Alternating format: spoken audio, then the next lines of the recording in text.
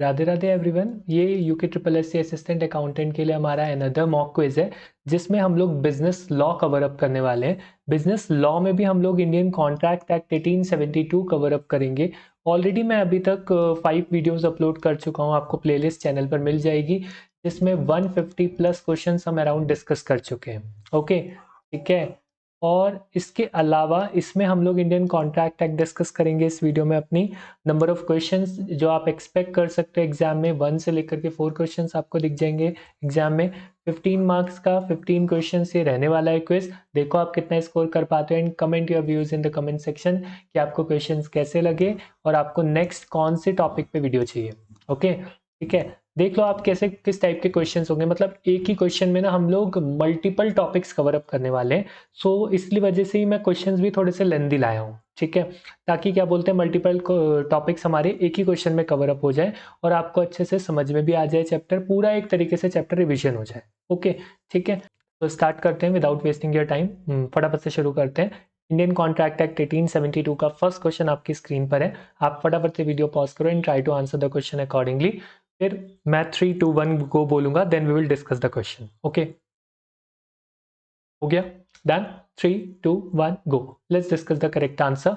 Which of the following agreements are expressly declared void? ये important है यहाँ पर। हाँ, ओके, कौन से एग्रीमेंट्स इसमें से एक्सप्रेसली डिक्लेयर्ड वॉइड है under the Indian Contract Act 1872? मतलब स्पष्ट रूप से शून्य। Okay, as per the Indian Contract Act. Hindi वाले मीडियम वाले बच्चे हिंदी में रीड कर सकते हैं। ओके, तो आपको बताना है agreement in restraint of marriage, restraint of trade, wager with a minor, इनमें से कौन सा एक्सप्रेसली डिक्लेयर्ड वॉइड है? तो answer will be option number A, that is 1 2 and 3 only, that is restraint of marriage, restraint of trade and wager. Okay, ये तीनों जो हैं आपके वो हैं क्या है? वॉइड है, एक्सप्रेसली डिक्लेयर्ड वॉइड है। कौन से? Expressly declared void. I am repeating again, स्पष्ट रूप से शून्य घोषित है। Agreement with a minor expressly declared void नहीं होता है। क्यों? क्योंकि as per the section 26 to 30 या फिर सेक्शन 56 में जितने भी वॉइड एग्रीमेंट्स की बात की गई है उसमें ऐसा कुछ भी मेंशन्ड नहीं है।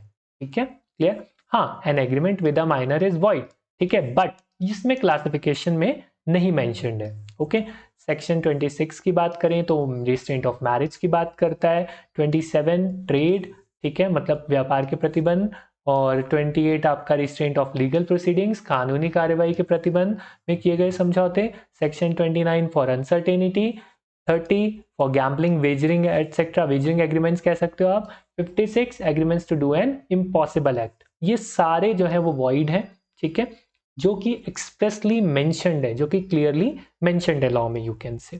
ओके, तो होप सो आपका फर्स्ट क्वेश्चन आपको क्लियर होगा और आप लोगों ने आंसर सही अटेम्प्ट किया होगा। आप लोग क्या करोगे ना, अपने कमेंट जरूर करना कि आपको क्वेश्चंस कैसे लग रहे हैं, ठीक है, और नेक्स्ट वीडियो जो है किस टॉपिक पे चाहिए। Okay, now moving forward to the next question, that is question number 2। An agreement, पढ़ो इसको, पढ़ो, अच्छा आप लोग करो, फिर मैं डिस्कस करता हूँ आंसर। वीडियो पॉज कर लो, ठीक है। 3 2 1 go.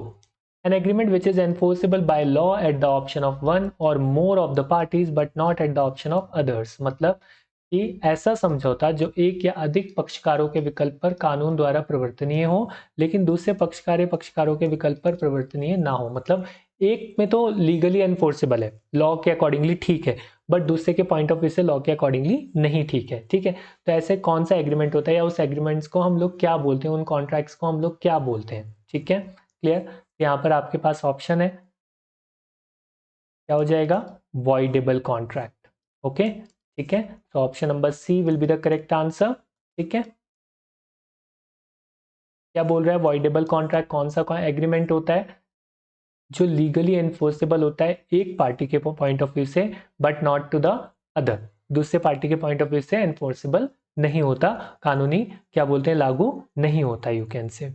Okay, common grounds for voidability क्या क्या हो सकते हैं? Con, undue influence, misrepresentation, fraud. मतलब कुछ भी ऐसा गड़बड़ किया हो, डराया धमकाया हो, प्रेशराइज किया हो, या मिसरिप्रेजेंट किया हो, या धोखाधड़ी की हो, कुछ भी, तो आपका जो कॉन्ट्रैक्ट है वो क्या बन जाएगा? वॉइडेबल हो जाएगा, ठीक है। और अगर किसी के साथ ऐसा किया गया है तो वो अपने आप को वो बता सकता है कि मेरे साथ इस तरीके से कॉन्ट्रैक्ट किया गया, तो वो जो कॉन्ट्रैक्ट है वो अपने आप क्या हो जाएगा? लेटर ऑन वॉइड हो जाएगा। ठीक है। स्टार्टिंग में वॉइडेबल होगा लेकिन वो बाद में उसको चूज कर सकता है कॉन्ट्रैक्ट को खत्म करने के लिए, वॉइड करने के लिए। फाइन, ठीक है। वॉइड कॉन्ट्रैक्ट का सेक्शन आप लोग ध्यान रखेंगे, सेक्शन 2J, ठीक है। Then moving forward to the next important thing, ये पोर्शन जो है coercion, undue influence, fraud, misrepresentation, इसके सेक्शंस बहुत इंपॉर्टेंट है, ध्यान रख लेना, इंपॉर्टेंट पोर्शन है। लर्न कर लो इसको, right now learn it. Coercion section 15, undue influence section 16, fraud section 17, misrepresentation section 18। Meaning मैंने ऑलरेडी बता दी, फिर से बता देता हूँ। क्वायरकॉन का मतलब होता है कि डराना धमकाना। अनड्यू इन्फ्लुएंस जब एक पार्टी दूसरे पार्टी को इन्फ्लुएंस करती है, प्रेशराइज करती है। फॉर एग्जाम्पल डॉक्टर पेशेंट से कुछ इन्फ्लुएंस कर रहा है, प्रेशराइज कर रहा है, पापा बच्चे को कुछ कह रहे हैं, प्रेशराइज कर रहे हैं, टीचर स्टूडेंट को प्रेशराइज कर रहा है, एटसेट्रा एटसेट्रा। ओके। फ्रॉड में आपका हम क्या करते हैं, जानबूझ करके कुछ भी धोखाधड़ी करते हैं, ठीक है, उल्टे पुल्टे काम करते हैं, कुछ इन्फॉर्मेशन देते हैं, एटसेट्रा।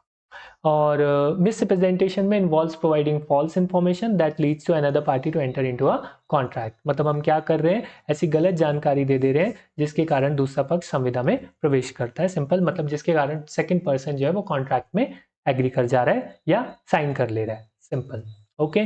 सो ये चारों सेक्शंस आपके माइंड में होने चाहिए बाय हार्ट बिल्कुल। Coercion, undue influence, fraud, misrepresentation, CUFM। Simple, ध्यान रखना। ओके। चलो, moving forward to the next question, question number 3। Video pause करो and then try to answer the question accordingly. 3, 2, 1 go. Let's discuss the question. क्या है, which of the following statements regarding consideration is are correct. Consideration की यहाँ पर बात हो रही है, प्रतिफल बोलते हैं हिंदी में इसे, आई थिंक, है ना। कंसिडरेशन का मतलब क्या होता है, सबसे पहले आपको ये पता होना चाहिए। कंसिडरेशन का मतलब होता है समथिंग इन रिटर्न, ठीक है, क्लियर। तो क्या क्या ऑप्शन बोल रहा है, consideration must move at the desire of the promisor, promisor की इच्छा पर होना चाहिए कंसिडरेशन को, ऐसा बोल रहा है। कंसिडरेशन में मूव फ्रॉम द प्रोमिसी और एनी अदर पर्सन, ठीक है।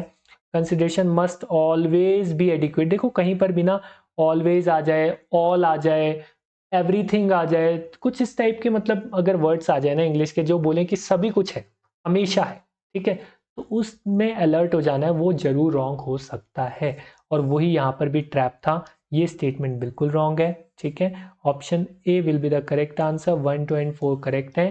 कंसिडरेशन एडिक्वेट नहीं होनी चाहिए, ऑल्दो इनएडिक्वेसी में बी रेलिवेंट, मतलब कंसिडरेशन हमेशा एडिक्वेट नहीं होती है, ठीक है, लेकिन इनएडिक्वेसी में भी relevant in determining weather consent was freely given और नॉट। मतलब क्या है इसका, सिंपल सा मतलब समझते हैं।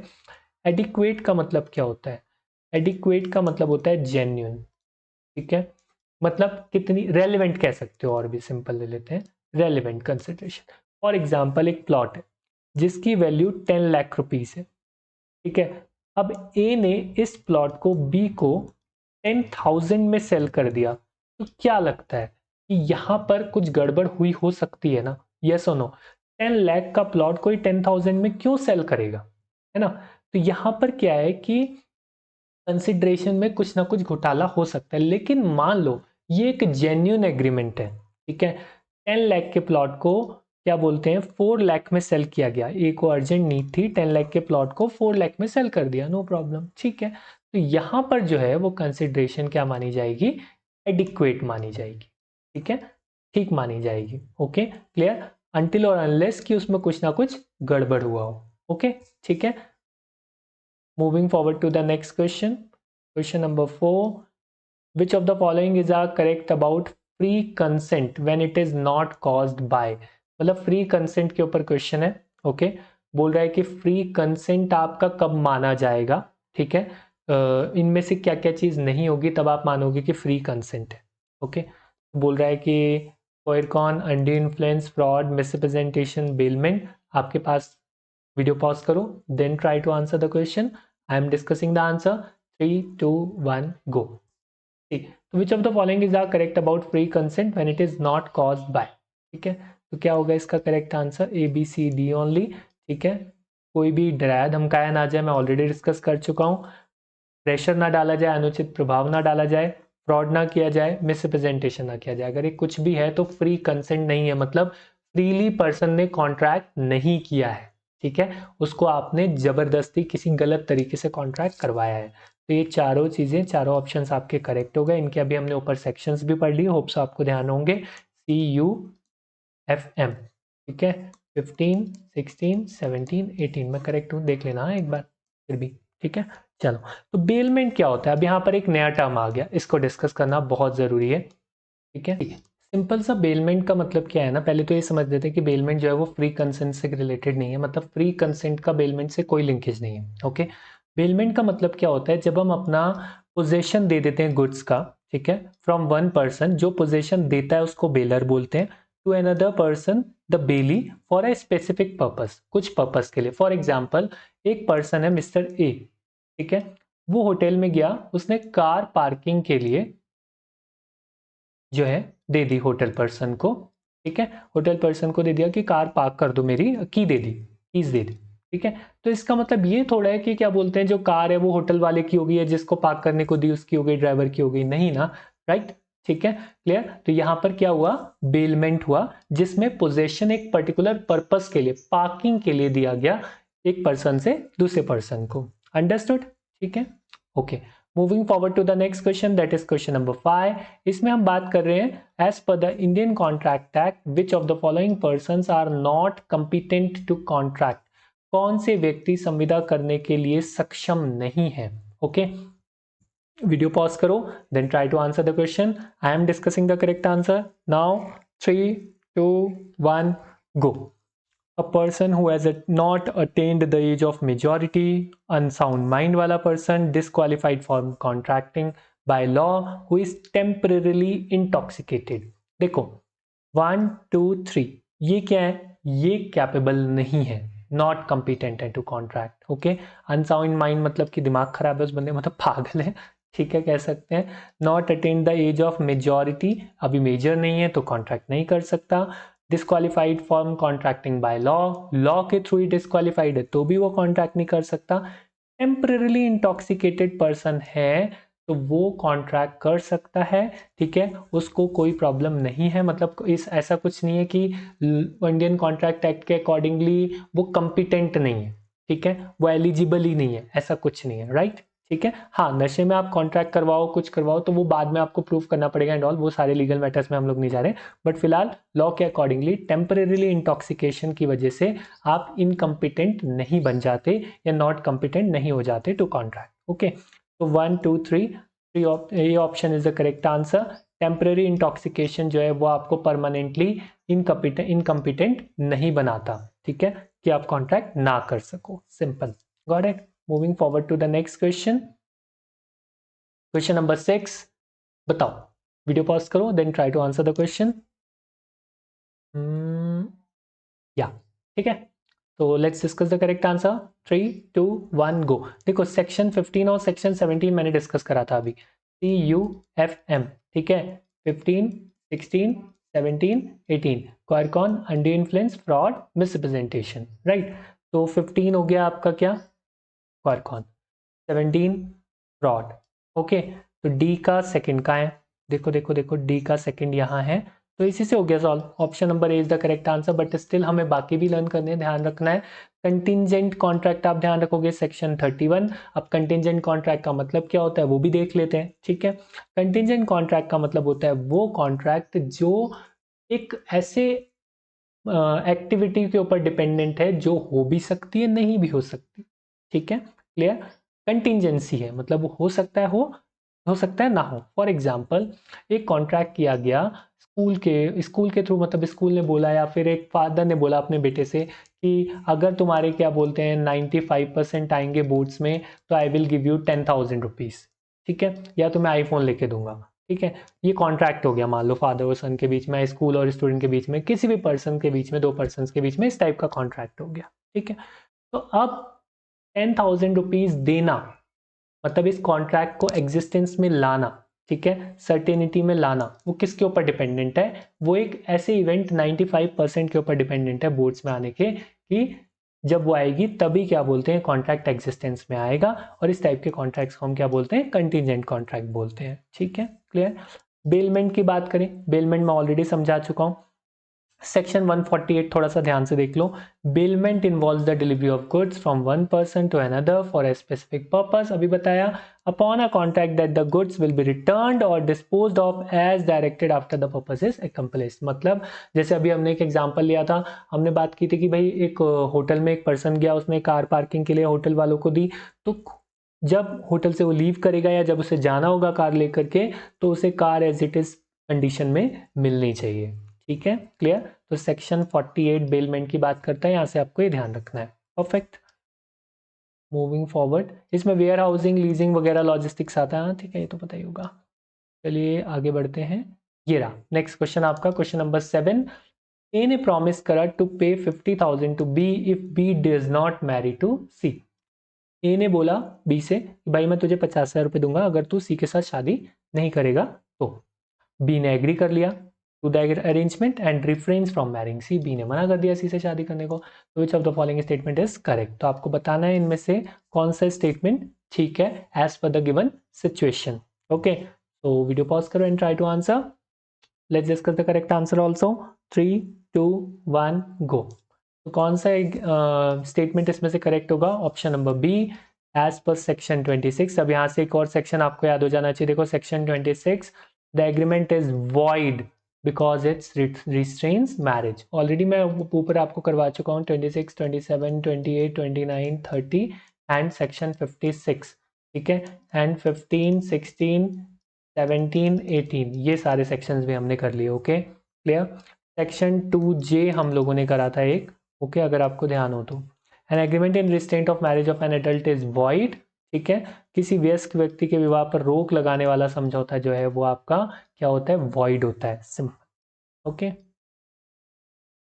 Moving forward to the next question. Which of the following statements are true in contractual capacity?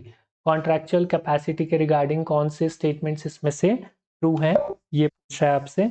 तो एक सेकेंड, इसको थोड़ा सा जूम आउट करना पड़ेगा।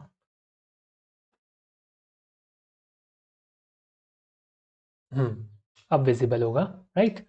चलिए, try to answer the question accordingly. Video pause करो एंड देन ट्राई करो आंसर करने का। ठीक है, टू इन कंट्रैक्चुअल कैपेसिटी की बात कर रहा है। Law presumes that every person is competent to contract unless otherwise proved. ऐसा पहले से ही प्रिज्यूम कर लेता है क्या law? Minor can make a contract for necessities of life. बिल्कुल ठीक बात है, माइनर जो है वो नेसेसिटीज के लिए कॉन्ट्रैक्ट कर सकता है। ठीक है, the person of unsound mind can enter into the family contracts. A convict cannot enter into a valid contract nor can sue. बिल्कुल सही है। That a wife can always make valid business contracts and bind her husband. हाँ, what लगा देगी husband की। ठीक है, तो कौन कौन से स्टेटमेंट्स ठीक है? B and D, that is the minor can make contracts of necessities of life और a convict can not enter. अभी हमने डिस्कस करा था एक ऐसा व्यक्ति जो क्या बोलते हैं, जिसके ऊपर केस चल रहा है, जो ऑलरेडी क्रिमिनल है, जो इनकम्पिटेंट है कॉन्ट्रैक्ट करने के लिए। ठीक है, वो वैलिड कॉन्ट्रैक्ट में एंटर नहीं कर सकता और ना ही स्यू कर सकता है।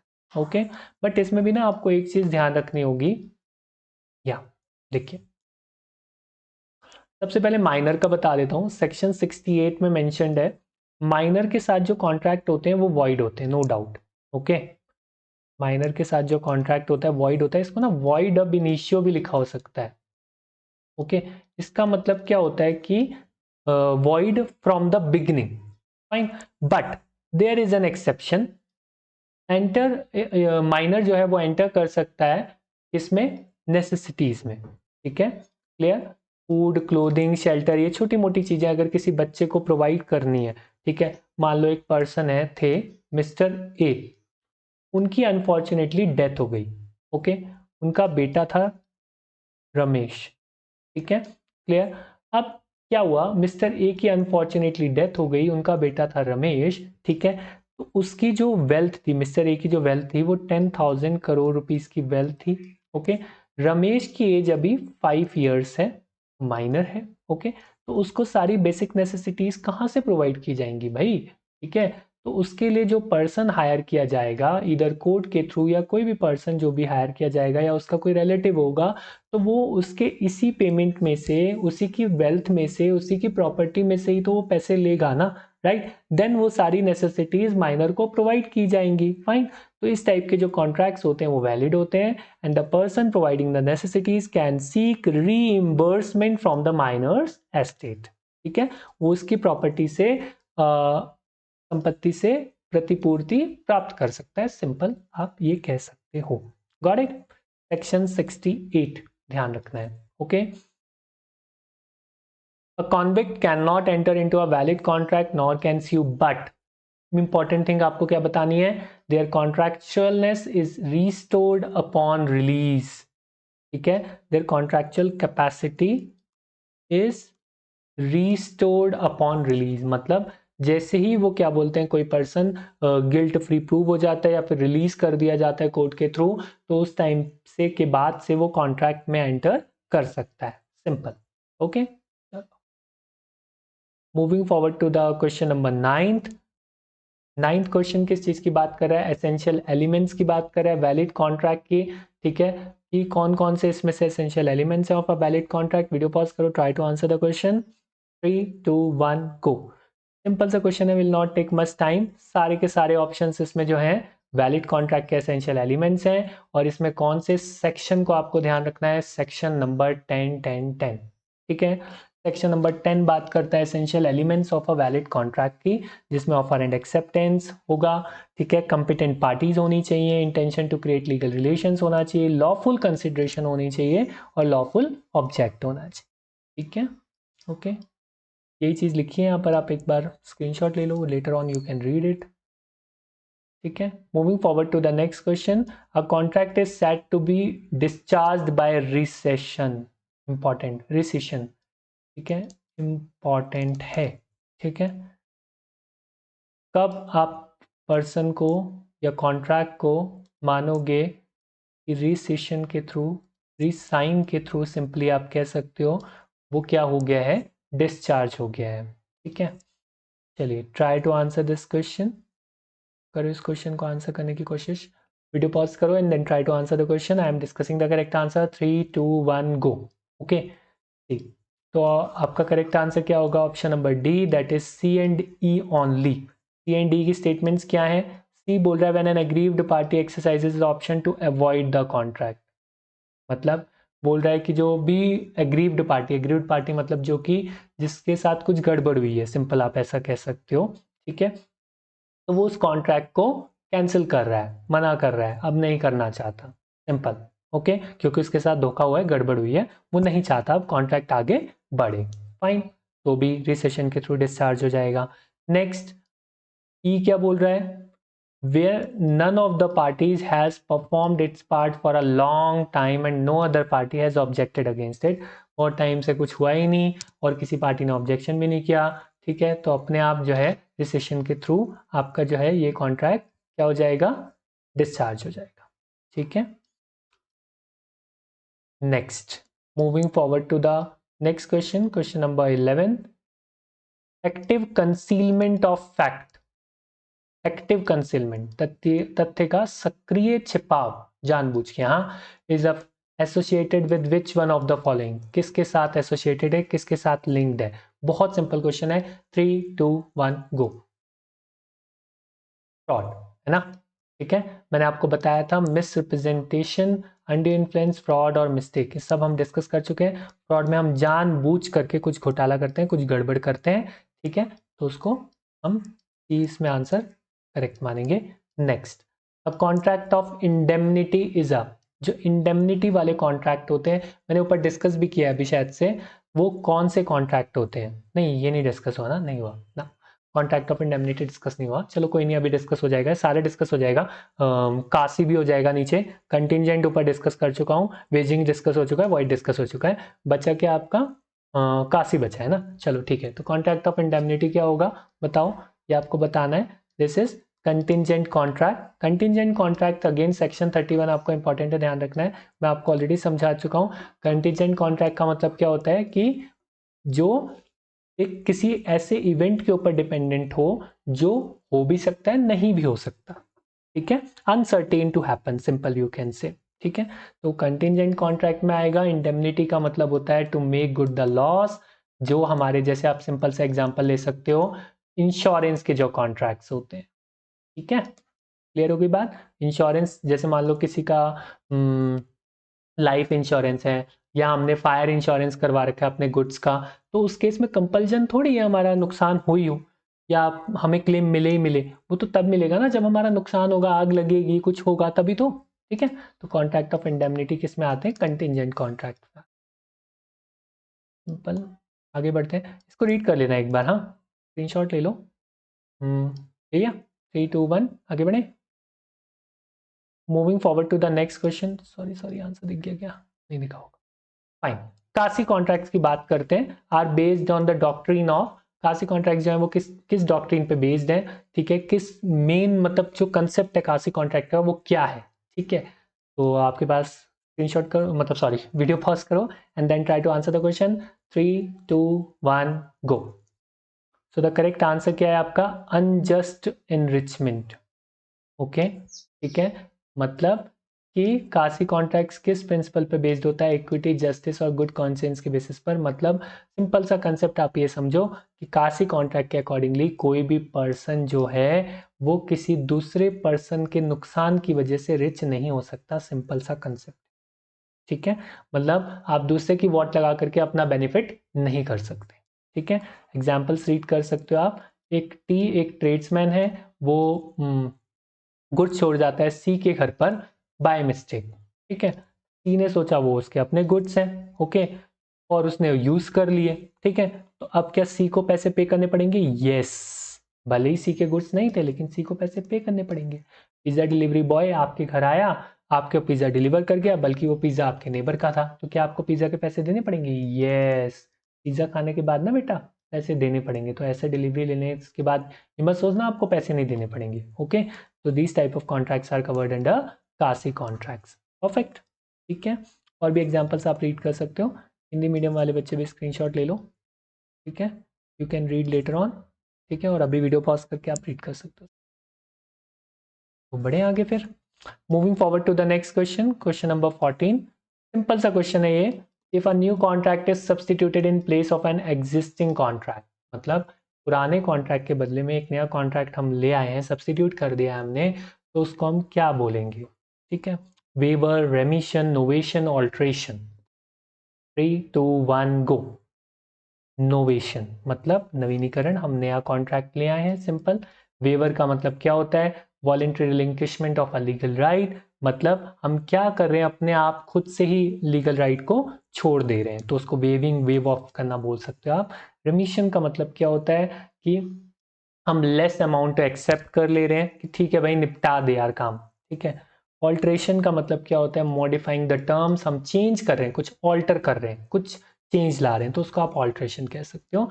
विदाउट रिप्लेसिंग इट एंटायरली, मतलब पूरा कॉन्ट्रैक्ट चेंज करने के बजाय हमने कुछ टर्म्स एंड कंडीशंस में चेंज कर दी, simple, okay. Now last question है हमारे आज की इस सीरीज का। 15 क्वेश्चंस मैंने आपसे बोला था हम लोग डिस्कस करेंगे। होप सो आपने सारे क्वेश्चंस अच्छे से अटेम्प्ट करे होंगे सिंसियरली, और जो भी चीज़ें मैंने समझाई वो आपको समझ में आई हों, और अपने व्यूज़ ज़रूर कमेंट करना, ठीक है।